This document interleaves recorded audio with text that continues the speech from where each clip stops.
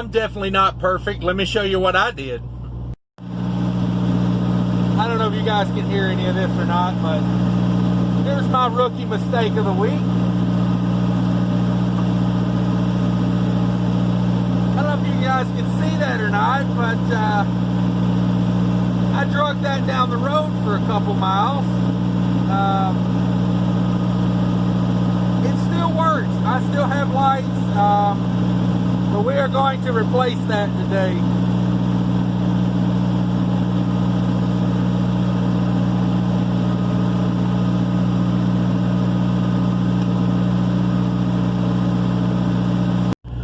Yeah, what do you think about that rookie move? I bought a new one. I got a new one of these pigtail connectors, about 20 bucks at Love's. Boy, I hate spending money though. God, I hate spending money on things that, you know, I break because I'm an idiot. So the story behind that is, I was at the shipper on this load. I'm finishing up now. I'm getting unloaded in Chicago right now. I was getting loaded. They make you drop your trailer and then go park over in a bobtail lot. So I unhooked, you know, and I never do this. That's why, this is why this happened. I broke my routine. So I set my airlines and my pigtail on the catwalk because I said, hey, I'm just driving 100 yards over there. That's where it gets you. Complacency and laziness cost you money. I call it the lazy tax. So what happened was, I drove over there. I sit over there for about 2 hours, and then it dawned on me that, hey, there's a McDonald's down the road. Why don't I drive to McDonald's and get some chicken nuggets, you know? So I cruised down there, probably the roughest road, little back road I'm going down, you know, just beating the crap out of the truck. And I guess I made it down there to the McDonald's, made it back, because the way that thing looked, it hadn't been dragging for too long, but it fell off the catwalk. Luckily, nothing got wrapped around the drive shaft. I mean, that could have went way worse than it did. You know, it had some dirt and some grime in it. I beat the dirt out of it. I took a Phillips head screwdriver and rammed it down the holes, and, you know, and got them back where they would connect back to the trailer. And I stopped last night and got me a new one. Like I said, it's working. I got brake lights, I got turn signals, I got running lights, ABS lights off. I mean, it's all working. It's just, you know, and I thought about, well, why am I even going to repair it? If it's, you know, if it ain't broke, why fix it? That's a good question, but I'm going to replace it because I don't like crappy looking stuff like that. So, a quick rundown on these guys. If you buy you a new one of these, if you do something stupid like this is the second time in 15 years I've had to replace one of these. The first time was about 3 months into my driving career. I did not have a routine down, and what had happened was I was at a drop and hook customer. I rolled down the landing gear. I pulled the pin, and as I was pulling the pin, guy comes walking up to me that works for the same company I do, asked me a couple questions. We shoot the bull for 10 minutes or so. I hop in the truck, I jam it in gear, and I take off, and I rip the pigtail, the wire out of the pigtail, and bust an airline. So now, from now on, I have a routine the correct way that I think is correct. I do airlines, pigtail first things first. I do those. Then I do landing gear. Then I pull the pin. I used to do it back to front, and then when I would hook up, I would do it front to back. But, you know, it took one time for me to learn that, you know, there's a better way. These things are super simple to put on. I don't know if anybody wants a quick rundown, but I'll give you a real quick. Basically, there is a set screw right there. You undo the set screw. There's one on either side. You undo those set screws. You take those out. Pretty simple stuff. You take these set screws out. It's all color coded and like labeled really well. So it's pretty rare you would mix it up. But basically, you take those set screws out, this piece comes out, you put your new wires in, you back out all these little screws. See, it's got little Phillips head screws all the way around. You just back those out, you shove your new wires in, you screw them back in, that holds the wire in. You just got to make sure you put your wire through here first. Don't connect everything because it's all got to come through here.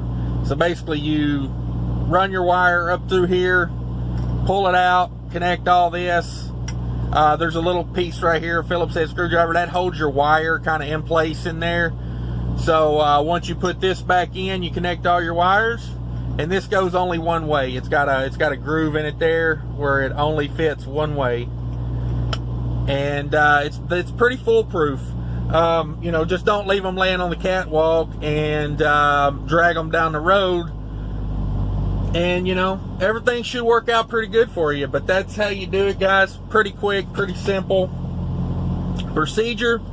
Yeah, we'll get that replaced. And, you know, I'll probably, I don't know, I'm kind of a hoarder. I'll probably keep that, other one for a backup. In case I need a backup for some reason. I don't know. I was looking at toolboxes that connect by the catwalk, you know, so I'd have more storage, because, you know, I love hoarding stuff on the truck. I like to have one of everything on here. So eventually, you know, I'll probably put those toolboxes on and have them full of crap in a matter of no time. But yeah, guys, we're going to replace this. We'll have it done by the end of the day. And now we're going to get into the weekly recap. We're going to go over some numbers for the week.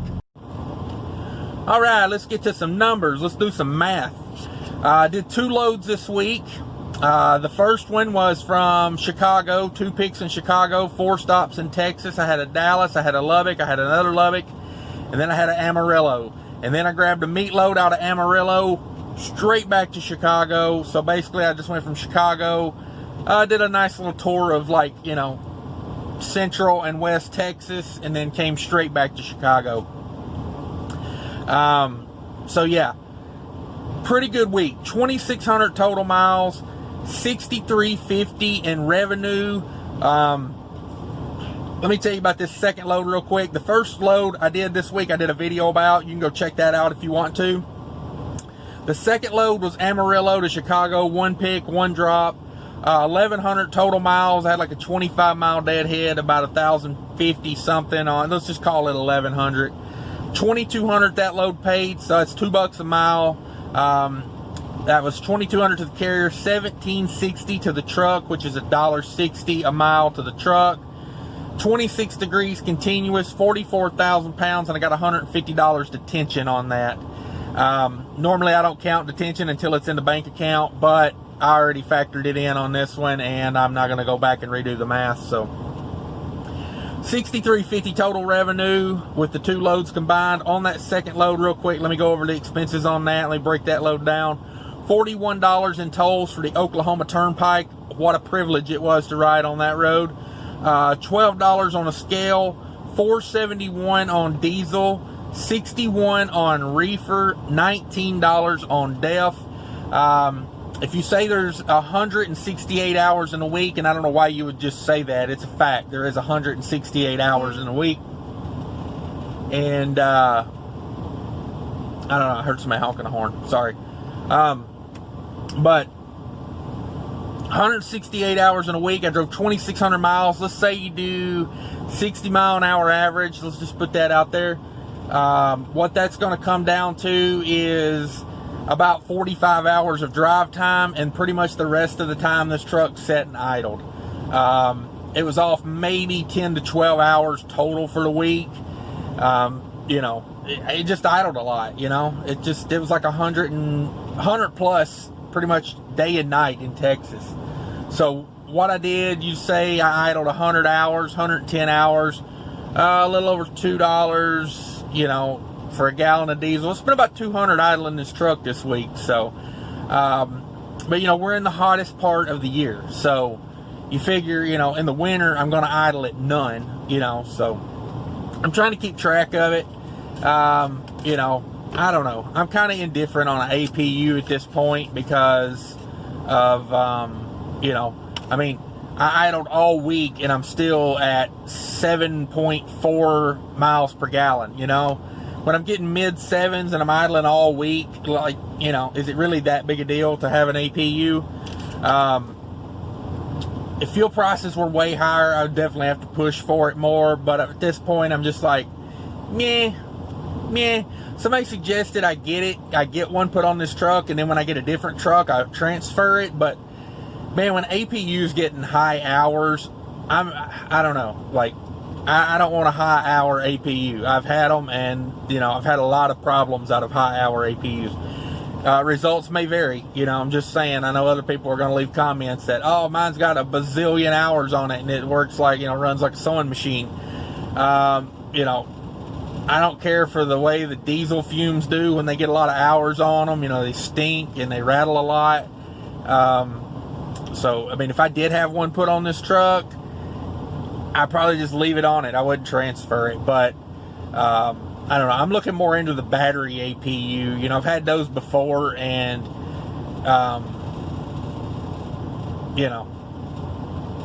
in the middle of summer, I've had electric APU running the AC wide open, and it'll run it for like 7 to 8 hours wide open in really, really hot temperatures. And then you got to crank the truck, let it run for like a half hour to charge them back up, half hour to an hour, charge them back up, and you're good to go. Again for like 5 or 6 more hours. So, if I was going to do an APU, I'd do an electric APU just for the noise factor and, all that good stuff. But a lot of idling this week, but I'm not too concerned about it, to be honest with you. So, real quick, let me break down the rest of the week. Tolls, $12 scales, $4.71 on diesel on that. I'm still going over the second load real quick. Sorry, I got sidetracked there. $61 reefer, $19 DEF. That's $604 variable cost, which leaves me $1,156 on that load. The two loads combined, the numbers break down like this: $6,350 total revenue to the carrier, $50.80 to the truck, $5,080 to the truck. That's $244 a mile to the carrier. That's $1.95 a mile to the truck. I spent $875 total in diesel. I spent $158 in reefer, and I'm tippity top full. I filled up right before I got here, and I'm unloaded right now with the reefer off, so we're good to go. $19 in DEF, $41 in tolls, $12 in scales. Comes out to $1,105 in variable cost. If you subtract that from the $5,080 that I had total revenue to the truck, minus $1,105 leaves me $3,975 in revenue that I got to pay other bills with. But that's where I came off. That leaves me $3,975 to do what I got to do with. So not a bad week. 2,600 miles. Like I said, that first load was a lot of babysitting. I explained all that in the video. You can go back and check that out. It's a pretty interesting load. But that's it for the week, guys. I appreciate everybody tuning in. And until next time, take care of each other out there. And also, real quick, be sure to hit the like, share, subscribe. I appreciate everybody coming into my lives I've been doing. I'm probably going to do a few more lives here in the next couple weeks than I plan on doing normally. What I would like to do is get my schedule to like maybe 2 lives a week, maybe 2 recorded videos a week. I feel like that's about how much content I have, barring any major changes. So I'm going to do more than 2 lives probably for the next few weeks. I'm trying to figure out when the best time slot to do it is, because I would like to get on a schedule, but I thought maybe, hey, Friday night would be a good one last night. But not as many people came in on Friday as they did on Monday. So I'm just trying to work out the times. I'm going to do, a few more in the next week. Maybe try some different times. Maybe, do some different things with it. Because I like doing the lives. I like the crowd that comes in. I just, it's like I got to get it when, I got to figure out when's the best time for everybody's schedule, to come in. So that's what I'll be working on. May go live again today, this afternoon. I don't know. We're testing things out right now. We're in test mode. I appreciate everybody watching. Until later, guys, take care of each other.